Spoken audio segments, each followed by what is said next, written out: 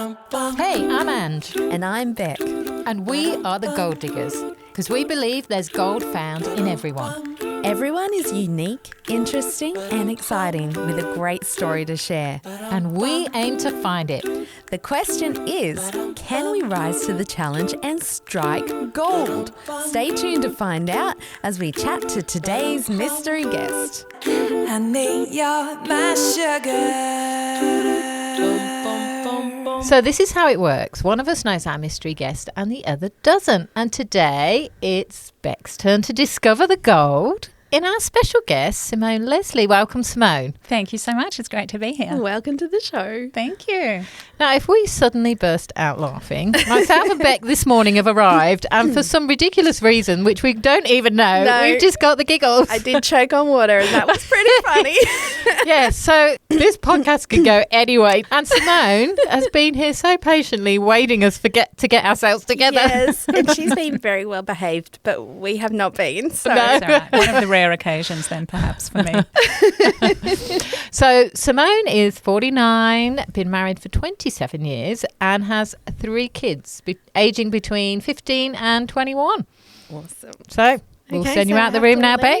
Okay. And I'll see you soon. Honey, you're my sugar. Well, thank you for your patience, Simone. Pleasure. And it's amazing because a part of what you do actually is about behaviour, isn't it, really? It is very much about behaviour, actually.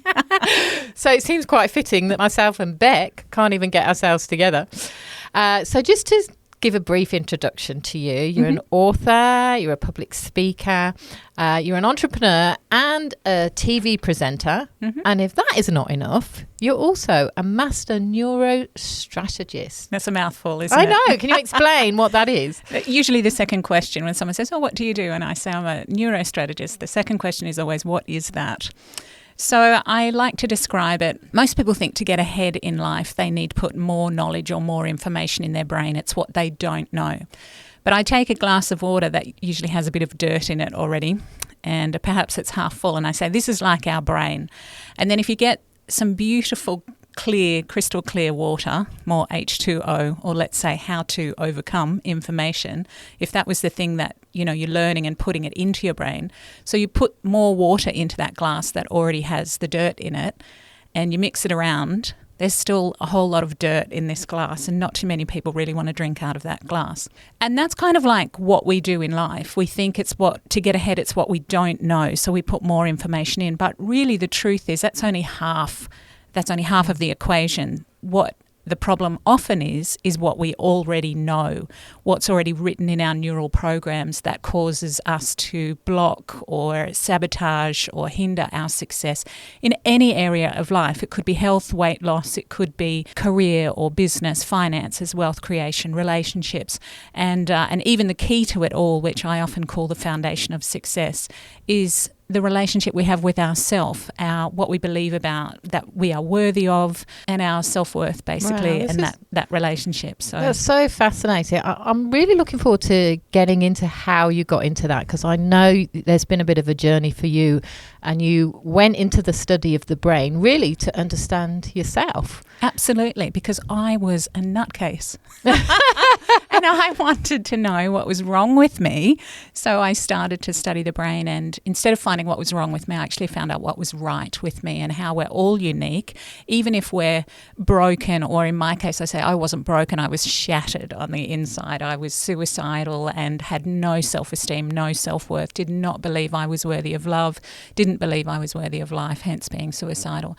And so, at my lowest point, I started to study the brain to find out what was wrong with me, but found out what was right with me and how our neural programs work, and actually how to get out of those really dark, swampy emotional states. Beautiful. Well, I'm really looking forward to this, because I think it's going to be so helpful to so many of our listeners. But one of the things that you say is change your mind, change your life, and clearly that has worked for you, and really looking forward now to digging into your story. So let's bring Beck back in and see what she can reveal. Honey, you're my sugar.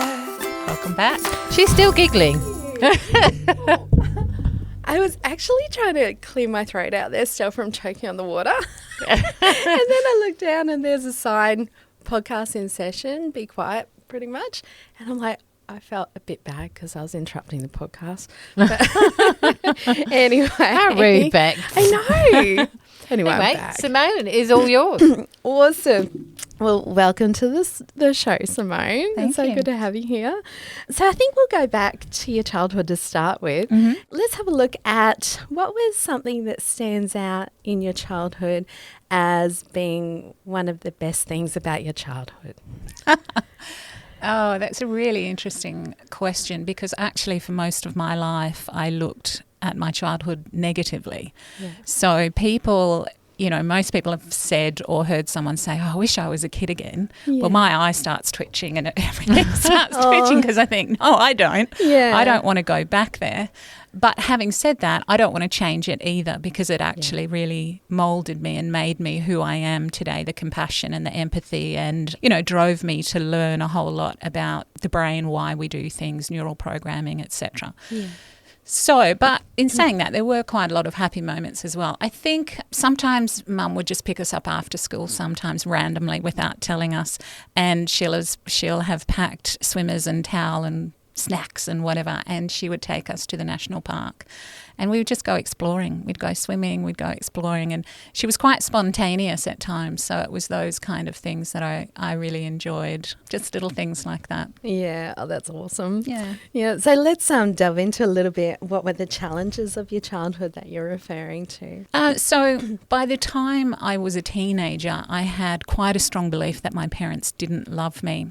And the way beliefs work, or neural programs work, it's like, and this is obviously what I discovered a whole lot later in life, but back then, they're just your beliefs and they are your reality. They may not be the truth, but they're your reality anyway. So I was running off almost like, they say, what universe are you in, or what reality are you in? I was in my own reality. Yeah. It was not the truth, but it was, what you again, were feeling. what I was going through. So by the time I was a teenager, I believed that my parents didn't love me. And the reason for that was we were just speaking different languages, different love languages. And if anyone's read that book, The 5 Love Languages, they'll know what I'm talking about. If you haven't read it, I highly recommend it. It really changed my life in my early 20s to understand the 5 different ways we communicate love and the way we like to receive love. So mine was at that time really strongly quality time. And my father's was gifts, was giving of gifts. He was German and was always about the best things, you must have the best.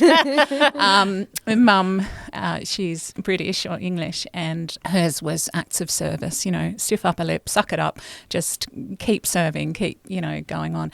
And so for me as a child, it was like I spoke English, my dad spoke Swahili, and my mum was Greek, and I just couldn't understand them, most of my life. That's, an analogy of what it was like to me, because they probably told me infinite times that they loved me, but it didn't communicate to me because they didn't spend time with me. They didn't know the subjects I was doing at school, the accolades or the academics Did you have or the siblings? Sporting. Yes, I have 2 brothers. I'm the youngest, but my oldest brother is 15 years older. So by the time I was born, he'd already left home. So that was probably some of the challenges. There was a few other things going along with that. I was a 70s child, and there was a lot of partying in my house, not by the kids, but by the parents, and, alcohol consumption, and which led to a whole lot of other things. But there's a bit of a snapshot. Yeah, right. And I have read those books about the 5 languages of love, and it does really open up a whole new world, doesn't it? Absolutely. And once you understand that, it's easy to understand when someone is showing you love, isn't it? And the way that you show love and how that all fits together. So that is really Do you think that was unique to you, or it's kind of a general thing people at that time in their life as teenagers, you're getting the wrong signals about? You're reading the wrong signals about what love means? Absolutely, a vast generalisation.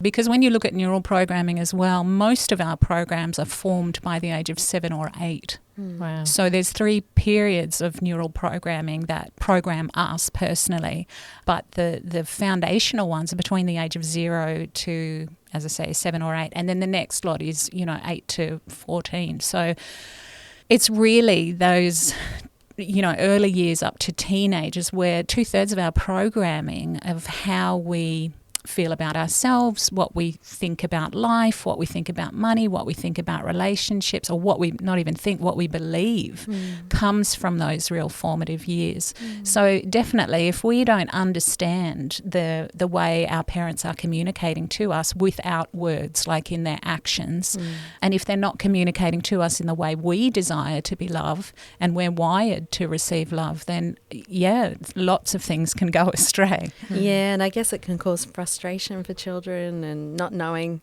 how to express what their needs are, or not Absolutely. understanding why it's not coming across that way. Yeah. So when you talk about the next step between 8 and 14, what did that look like for your life? I would say a lot of it was pretty much out of control, to be honest.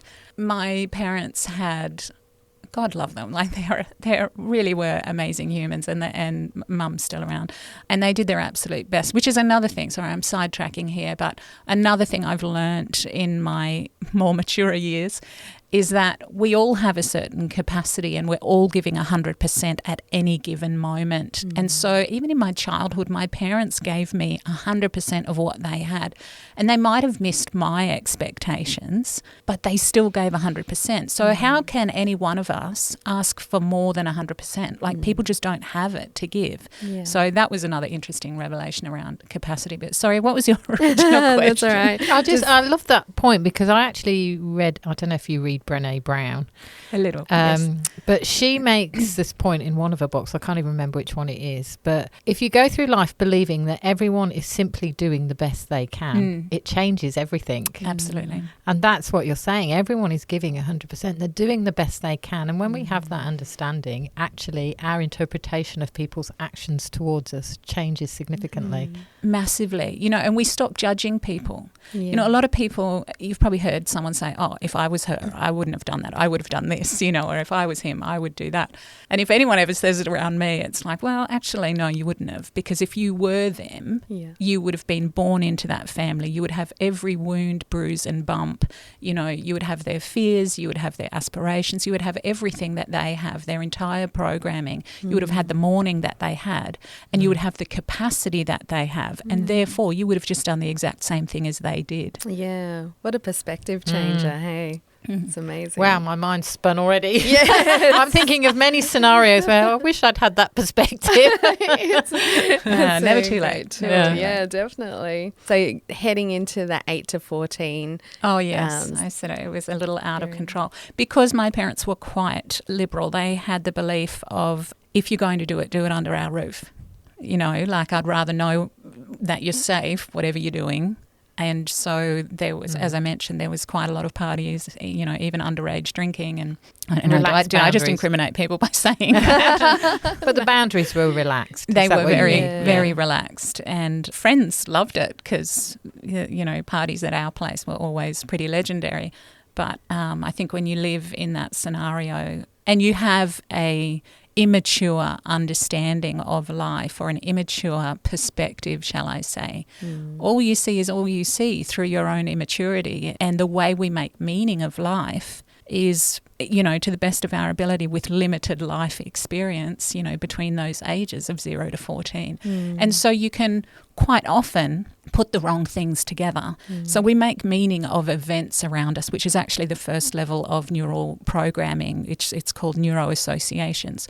So for me, I started to place together that my parents didn't care for me because they were so liberal, or, apart from not knowing what, not spending time or not turning up to, extracurricular activities or whatever.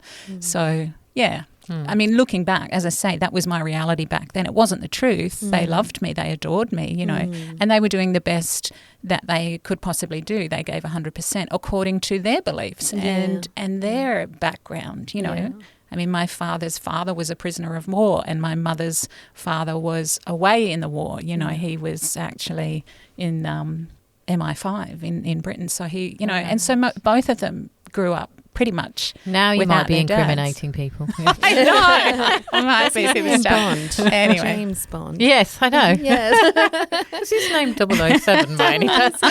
Now we're incriminating people. I thought about how much I should really actually release with it. But anyway. So, Simone, I notice you're using a lot of terminology around neuroscience. What is it that you do today in that field? So I'm a master neurostrategist. I've been in this area now for almost 30 years. Wow. Yeah. So, What does that involve? well, I talk about surgery without a knife. Right. That sounds interesting. What I do is I look at, in layman's terms, I look at the lies that people are believing. It becomes the train tracks that they run off in life. And again, it may not be the truth, but it's their reality. And as I mentioned before, some people think to get ahead, you need more information. But that's only half the equation. Yes, we need more information, but we also need to clean up what's already written there. And as we've already discussed, a lot of that is formed between the period of 0 to 14 and then actually the final period where our neural programs are formed are from 14 to 21, which is our socialization programs. So really, to me, it's quite an immature, from 0 even to 21. We're still quite young. We still haven't got a whole heap of life experiences, and yet all our programs are set up by, generally speaking, by that time. So it's fair to say that there can be a fair bit of dirt in those programs or in that, glass of water. Yeah. So what I do is I find that dirt and I sift it out.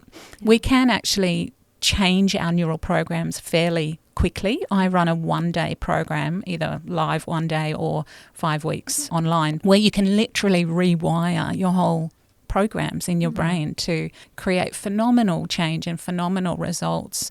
Because a lot of people think change is hard and arduous and it takes a long period of time. And, even Dr. Caroline Leaf, if some of you know her, she is phenomenal. I love her teaching. And she is a neuroscientist, so she is a slightly different area to me. Some might say vastly different, which is okay. She generally works from conscious mind into subconscious, which takes a 21-day cycle of, repeating a process, but you have to repeat that whole 21-day 3 times. So it often takes a lot more effort to create change in your neural programming when you're working from conscious mind into subconscious. So the difference with me is I actually work from subconscious out, which can happen literally that fast. And often it just takes a perspective change. So when you've seen something one way for your entire life, you believe that's how it is. And I have, in my presentations, sometimes I have these funny pictures of a woman sitting down behind a horse's stable and the horse's head's out, so it actually looks like she has a horse's head. And a few other funny, visual perspectives, right? And I say, if you only ever saw that woman sitting behind the horse with the horse's head out, you could possibly believe there are people on this earth who have a horse's head. You could literally believe that because you've only seen it from one perspective. But the moment you just shift slightly, a couple of paces to your right or something and see, oh my gosh, she does not have a horse's head. For 50 years I've thought that these people exist, walking around. And so it just takes a perspective to completely, in some cases, like obviously some programs are a lot deeper and they need more work. It can happen really quickly. Like those billboards you see, when you're driving down the freeway and all they have on the billboard is unsee this. And you can't, for the next 5 minutes you're trying to not see it or not remember it, But that's what it's like. Perspective can change when you work from subconscious programs out. Change can happen really quickly. So you're like changing the subconscious without hypnosis, because I guess hypnosis would do. Hypnosis can do that. I do not use hypnosis. No. I appreciate that you wouldn't. So this is kind of an alternative for that, isn't it? It's absolutely. Yeah. So this is so at some point, because you were telling us about your childhood, how you believe certain things about your parents. At some point, the switch flicked for you, and you went, "I need to change this." What was that moment that now got you teaching what you teach now, where it just switched for you? Moment of desperation. Basically an absolute breakdown in my life. So I was a depressed teenager, but again, I don't know if a lot of people knew that, because I would put on the mask of confidence. I would put on the happy, jovial outer garments and life of the party type thing, quite sanguine when I when I let myself loose. But in my early 20s, it had shifted from depression to suicidal, and I really struggled with suicidal thoughts and tendencies. And then one time attempted to take my life. And clearly that didn't go so well, thankfully. Goodness, yeah. But in the morning, I woke up and I'm like, oh, you're such a pathetic failure. You cannot even get that right. You know, it was just like, how pathetic are you? And you definitely believe the lies, and which is probably why I do, you know, a little bit of work in that area as well, because I relate to and I understand the lies that people have in those areas, that the world would be better off without me. I'm a burden. Like, they're two common statements that people who are suicidal have. And you truly believe it. You truly believe that you would be doing your family, everyone, a favour if you just took yourself out of the picture. But hence I failed, and I was actually in television presenting at that time on national TV, and we had to film quite early in the morning, I think 6 a.m. at the studio. So I just thought, well, I've got to get up and go to work, get myself ready. Yeah. But we were living in apartments at the time, and by the time I got to the elevator, I physically collapsed. I couldn't carry the weight, because I would just hide those emotions. No one really knew what I was going through, not even the people closest to me. But as I say, I collapsed and it all came out. It was like almost like an emotional panic, because I could see and feel this emotion and this swamp of emotions coming out of me like Mount Vesuvius erupting. And I'm looking at it going, that's too big. I'm not going to be able to pack that away again. And it was really quite a panic for me. But yeah, I had a meltdown and breakdown, and that's when I literally cried out to God, and I said, God, if you're real, you have to help me, because I cannot do this clearly on my own anymore, and I just need you. And from that point, I decided to see if he would answer, or she, or whoever the universe, whatever your spiritual beliefs are. For me, it was God the Father. And so I would take myself off to nature a couple times a week with a pen and paper, and I would sit and I would watch and I would listen, and I just would pray in my head, okay, God, tell me something I understand, because I'm shattered. I'm a mess. I'm so broken. I need to know. Tell me something, something that makes sense. And I would wait, and a bird would land on a branch or something, and I'd go, okay, great. What does that mean? you know, but these stories would unfold just like thoughts in my head, and these metaphors would unfold of what the bird represented, what the tree represented, what the different branches represented. You know, I even remember that was, I think, possibly the first one, and I'm like, what is that about? And my mind was just directed to have a look at the trees and how tall it was and all the different branches. There was quite a lot of trees around. The story was, well, we all have a purpose in life. We all have an assignment or destiny, whatever it is. And there's a path for each one of us, right? There's a specific path for each one of us. And I was on that path. Like, let's say the goal is to get to the top of the tree, for example, as the metaphor.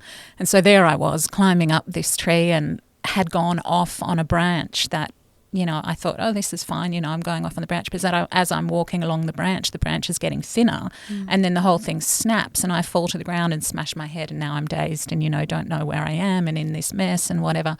And so I'm like, okay, great, I get where I am now. And then I'm like, God, it's taken me, more than 20 years to get to that place and that height, and now that I've fallen and I'm looking around it, I don't even know what tree I'm supposed to be in. And even if I did know what tree and what path I'm supposed to be on, how it's going to take me another 20 years just to get back to where I was, like, this is crazy. You have to start again. Yeah, so this is my rationale thinking at the time. And then, bizarrely enough, a dove landed on the particular branch that I was looking at, like as if I was climbing out. And it sat there for a little while, and then it just flew right up to the top of that particular tree. And I felt like God said to me, it's okay, I'll get you there. Yeah, wow. I love how nature speaks to us. It's just, if you just sit and pause for a moment and just observe, it's amazing what you can pick up just from looking at trees or considering the birds. It's just something we don't do, but I love that, and I love that how that spoke to you in that moment of desperation. Absolutely. So that was a real turning point for you then to Just sit and be still and hear what that is on your life. Definitely. It was very much a healing process for me. I mean, it wasn't just that. I did actually go to church and, listen and read the Bible, but it was, I guess, learning who God was personally, a relationship with God rather than religion. For me, every story, every metaphor that he unfolded to me was allowing me to see the truth instead of the lies and allowing me to see myself through his eyes, through the eyes of love and the eyes of truth, and learning to accept me in the mess. A lot of people think I'll be worthy of love when I'm perfect. And that's a really common subconscious belief that often people don't even realise they have. And so they're so hard on themselves and their relationship, as I spoke earlier, the foundation of success is the relationship we have with ourselves. A good little test is on the scale of 1 to 10, how much do you love you? And it'll show you where you are in that foundation of success, and how much you're going to receive into your world depends on how much you love yourself or how much you believe you're worthy of the goodness in life. So for me, it's really important, and especially as a neurostrategist, that we learn to love ourselves warts and all. Like, I love me. I'm perfectly imperfect. And one of the things I talk about now is, you see all those amazing rom-com movies where usually there's somewhere in there's a line when they're breaking up and they're like, it's not you, it's me. You hear that line. You hear that line, right? Well, I like to teach now to get ourselves to a place where we love ourselves perfectly imperfect, warts and all, where we can go, actually, it's not me, it's you. Because we can love ourselves and give ourselves permission to receive, which is another whole story right there. That if someone has, issues with us or whatever, maybe it's not me, maybe it's them, maybe it's their stuff they need to get over. It's funny, isn't it? Like, talking about your faith, I guess it's like, if God has taken the time to create you, then you're of value straight away. Absolutely. And it breaks my heart to think when people get to a point where they don't see any value in themselves, and yet they've been so beautifully created for the purpose in their life. And I love that you were brought back to that place of value and purpose, and you're doing what you do today. So was there someone at that time who then led you to understand these concepts? From the neural perspective, so it started with the spiritual side, and I always talk about spirit and science coming together. And from that, I guess it was taking me to a more healthy perspective where I thought, okay, great, I'm a little more stable now. So let's look at the brain, God, like, what is wrong with me? What's going on? Let me learn about that. And so it just drew me to go down that path of studying the brain, studying neural programming, to find out what was wrong with me and how to fix it. But as I mentioned, it really proved to me what was right with me and how unique we all are, and just how to get out of the lies and how to get out of that emotional swamp. And we're all unique. We're all amazing. Yeah. And I'm sure, like, your story helps many people that you help and that you counsel in those spaces, because you have been there. You have been at the end of yourself and come out of that. And you're sitting before us today looking stunningly beautiful. And Thank you. and you would not know that this has happened in your life. But I love seeing the transformation of lives, that you've done the whole turnaround. And so accomplished as well, because as I said in the intro, that you're an author, you're an entrepreneur, TV presenter. There's a whole long list of things that you are, and you've obviously been able to throw yourself into all of those things and maintain a healthy relationship and build a family and be mum to your kids. That's a lot of things to juggle.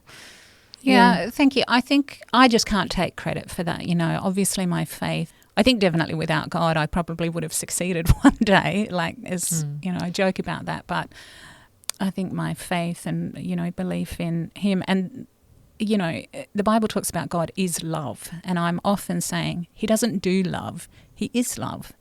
And so he just surrounds us with love when we're willing to see it. You know, we can have these preconceived ideas of who God is, and even in my book it sort of addresses that in the first page or so, that if we're going to do an assignment on Eastern Uruguay and we've never heard about it before, been there, or, you know, don't know anything of it, the best thing to do is go there and experience it, not just hearsay of what someone else says about it, because they might be wrong. You know, and so that's what I learned about a relationship with God. For me, it really is all about that. It's about staying close in that relationship, you know, listening daily, learning, growing. And I am married to Superman, so Lovely. so he has been, you know, just an amazing cheerleader in my life, put up with a lot of stuff. And some of my talks, when I go into detail about my background, I'm sure he's going to get sympathy cards for the first few years of our marriage. Like, he was a real trooper, because I was still, you know, getting through the nutcase phase. But yeah, it's definitely the people around you. It is a village. So tell me about your book. What is it called and who have you aimed it at? So the book's called It's Okay to Be Beautiful, Heavenly Whispers to a Broken Heart. And they're actually all the stories, all the metaphors that when I was sitting in nature and, you know, different things would happen, and so I would write them down in a journal. And years later I ended up publishing it. But yeah, it's those metaphors, those stories that took me from a place of being shattered, you know, broken, just a mess, to learning how to embrace me, how to love me, warts and all, and own your brilliance, you know, and that it's okay to be beautiful, it's okay to be funny, it's okay to be smart, it's okay to be whoever God created you to be, and to receive that, to own it, and to really shine in that brilliance. Yeah. And is there a specific audience you've aimed that book towards? Probably visually more of a female audience. My husband, and I've had comments, you know, you really need to write a book for the blokes or something, so it's okay to be ugly, which I'm like, I don't know. That doesn't really sit. But yeah, no, it's quite visually, purposely designed for women to address, I guess, the lies that we believe that we're either too much or not enough. I would imagine that book would be very relevant to teenage girls. Do you find you get a lot of response from teenage girls in your travels? Yeah, I mean, thankfully, I get a lot of positive feedback from, yes, various ages, whether it's teens to even, you know, the older generation, because it is actually quite a simple book. It's quite a simple read, and it's got pictures on every page, and I kind of designed it to compel you to pick it up. It hopefully people believe it's a beautiful looking book as well. The stories are short, so you can read one, you can read a few, you can read the whole book. It's a bestseller, isn't it, as well? It is, yeah. And I find sometimes people just do the old, you know, they'll flick through the page and just put their finger on something sometimes, and then just read that, and they'll go, oh, that really spoke to me. So, you know, different methods. So tell me about your children. I'm sure being a mother, your life experiences have certainly poured into your children and the way you brought them up. Definitely. I was actually quite afraid to have children because I didn't want to mess them up. There's the raw truth. Yeah, I just thought I really struggled as in my first half of my life, and I thought I just don't want to put anyone through that. And we wanted to have children at some stage, but Liam, our first little Superman, came along as a bit of a surprise. I really panicked, actually, not because I was pregnant, but because I didn't want to mess this incredible human being up, you know. And again, I just felt the Holy Spirit said to me, it's okay. You're not your past. You're not those past generations. You're you, and I'm with you, and I've entrusted you with a son. And I was like 1 week pregnant then, I think, and turns out we had a son. Yeah. So this healing journey for you, it's been over a prolonged period of time, has it? Definitely, yeah. I think I often talk about the 10 years of therapy. Right, yeah.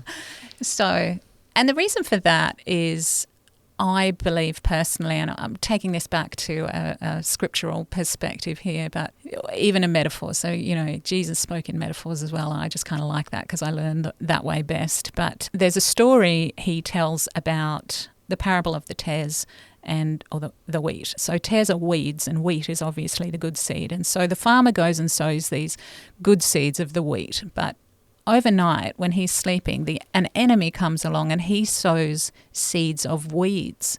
And then they grow up and, and when it starts to burst through the soil, the servants are going, look, there's all these weeds in with the wheat. Do you want us to pull them out? And the master says, no, don't pull them out yet, because if you do, you could pull the wheat out, the good stuff as well. Wait until they mature when the wheat has got a really good root structure and hold.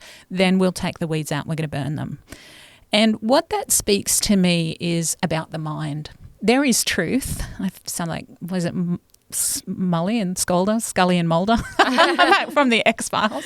But there is also lies, So we have an element of truth in our minds, but we also have lies. And if you pull all the lies out at once, the truth might come out as well. And what are we left with then? This who am I, this identity crisis.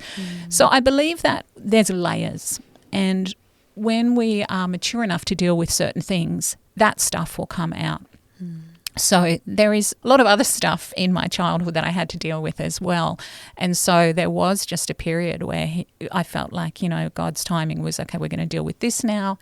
And then, you're sort of okay. And then for a while, okay, now we're going to deal with this. And to the point where 10 years of it, on and off, I just sort of thought, man, I thought I'd done this, I thought I had dealt with this.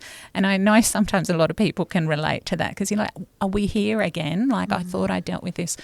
But sometimes even it's the same issue, but you just go a little bit deeper in, you dig a little bit deeper until it's completely healed and completely cleaned out and completely rewired with the truth. Yeah. And now using those skills, because life is continually throwing challenges our way, isn't it? Absolutely. And so as you continue on in your life, you would find having built those tools and being able to share those with others, you're probably continually using those tools every day. Definitely. Just raising children. Yeah. you need a certain set of skills and tools and perspectives. Perspectives that go with that. Gosh, how long have we got? But so definitely. Like, obviously I'll use it in my business and in my practice, but you can use it, to change a stranger's day, really. You even just the most simple thing is, just to speak some words of life and positivity and love and encouragement over someone. So you mentioned practice. Do you do one-on-one sessions with people, or because I know you do like public speaking, and so I know you speak to groups of people, but is there a practice that somebody can actually connect with you? Absolutely, yes. I still do one-on-ones, and I also run group programs as well. So every now and then I will do live programs, like group programs, where I spoke about one of the programs is called Get Your Ship Together, and I pronounced the P on that. Get your ship together. And that is where we rewire the programs on the day. But that also is an online program, which is 2 hours a week over 5 weeks. So there's lots of different ways. And we run women's conferences as well with another group that I'm the head of. So, there's lots of different ways. And I work with businesses and entrepreneurs and corporates and whatever as well. So kind of every end of the spectrum. What would you say to someone in our audience who's listening to you today and they're at the end of themselves? And what advice would you give to them in this moment? That is a great question. I actually think the key to health and happiness, love, there has to be a spiritual element in it. I really don't know that I would have achieved what I have in my life, as in gotten over a lot of the stuff that, has happened to me or affected me without the spiritual element. And I often say, look, if you've tried everything else, you may as well pop that in there and see how that goes. You're not gonna lose anything, so you may as well try it. And I would suggest just cry out like I did, God, if you're real, can you help me? And then listen and put yourself in a place to receive. Yeah. Even if your beliefs are like, oh, that's never going to happen. What's it going to cost you just trying it?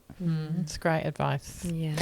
I think we're ready for gold now, Beck. Gold. So much gold in here, Simone. I love looking across someone's life, just even as quickly as we've covered your life today, and just seeing so much purpose in it and purpose in the pain as well. You've definitely got that purpose on your life to now help people, and it's multiplying, isn't it? It's what you've been through has taken you to the depths of despair, and yet you've gone to the bottom, and now you've just hit an upward trajectory now, and you're able to help others, and with your learning and research and just knowledge that you have now, it's changing the lives of so many, but you had to go through so much before that began. So it's not that you know things, it's that you've experienced things, and there's so much gold that you're now giving to those around you because you've hit the bottom, and now you can share the gold with others who have been there too. And I just think you're a very remarkable lady. And I'm impressed by that moment where you said, you were very depressed, you were suicidal, thinking that life would be better, people would be better off without you. To pull yourself out of that moment, and with the understanding, I need to learn about myself, I need to understand myself, to then decide I'm going to study the brain. That's a huge journey. And a rewarding one, because you've accomplished so much since that point. And I hope that is encouragement for anyone that perhaps is feeling like that if you just to understand yourself, because sometimes we try and perceive, as you say, the world around us, and those signals are getting mixed. But instead, look at ourselves and try and understand ourselves so that we can then rebuild from that moment. And I think that is absolute gold that you've done that, and that is the gift that you're now sharing to everyone else. You're helping them to understand themselves, and we become so much stronger and so much more powerful in who we are and what we give out to the world when we know that. And I think that's the overarching theme of this whole story today, is understanding is such a key tool in life, and it's even understanding why your parents behaved towards you the way they did, and understanding on why your mind and your thoughts went the way they did, and then understanding on how to change that, and understanding what other people are going through. And it is just such a gem to have the gift of understanding, isn't it? I think, understanding, perspective, but choice as well. Choice is a really big thing. Ultimately, you could probably sum my story up that there's a choice. You can be a victim or you can be victorious. What do you want to do? Yeah. And some people choose to stay in the victim, and that's their choice. But for me, I didn't want to be a victim, and I wanted to be victorious. And that takes some effort, but ultimately it's our choice. No one can make that choice for us. And determination. Well, thanks for sharing your story. That was amazing. And I know it's going to be an encouragement to so many people. So thank you for being here today. Thank you so much for having me. Thanks so much, Simone. Pleasure. What a great podcast. Yes. Like, she has seen the extremes of life, hasn't she? Yeah. And my heart broke for her when she was talking about when she got to the end of herself, and it's just so sad. It is, but I'm glad she shares that story, because what she learnt in that moment was really so important, so valuable, and I think such a key for so many people that maybe have found themselves at that point. That's right. So to be able to talk about that and offer solutions for people to really understand yourself. I really loved that point that she said about that. Because it really was a point of beginning again for her, wasn't it? Yeah. And then from that lowest point of her life, she just soared above great heights, didn't she? Yeah. And it all went so much better for her then. I know, when you look at her and she's, so well presented, just so calm and natural, you wouldn't think that she's had she's been at that point in her life, really. So clearly what she's learnt about herself has really helped her. Yeah. And I guess that's the thing with everyone, isn't it? Like, we don't know what people have been through behind their appearances. And everyone, you can pass people on the street and not think twice about it, but they have an extraordinary story. They've probably overcome exceptional odds, probably had a life-saving moment where they may have given up on life, and then, like Simone, has just soared above great heights because she had that determination. And I love what she said about the 100%. I thought that's really good. If you look at people as if they're always giving 100%, really does change your perspective, which is what she does, is changes people's perspective. That's and it. that helps you then to really understand if people don't deliver on what you're expecting. Yeah. They're delivering on the best that they can. We're all doing the best we can, aren't we? Yeah. Yeah. So Such a good. point. Thanks for sharing that, Simone. It was awesome. Yes. So that's it for today's podcast. You'll find us on all the major podcast platforms. The podcasts come out every Wednesday. We'd love to hear from you on our socials, the Gold Diggers Podcast. Tell us about your story so we can find the gold in you. Easy as pie, lemon, apple or cherry. Loving you is so very sweet, sweet, sweet. How can it be such a piece of cake? And your smile is the icing.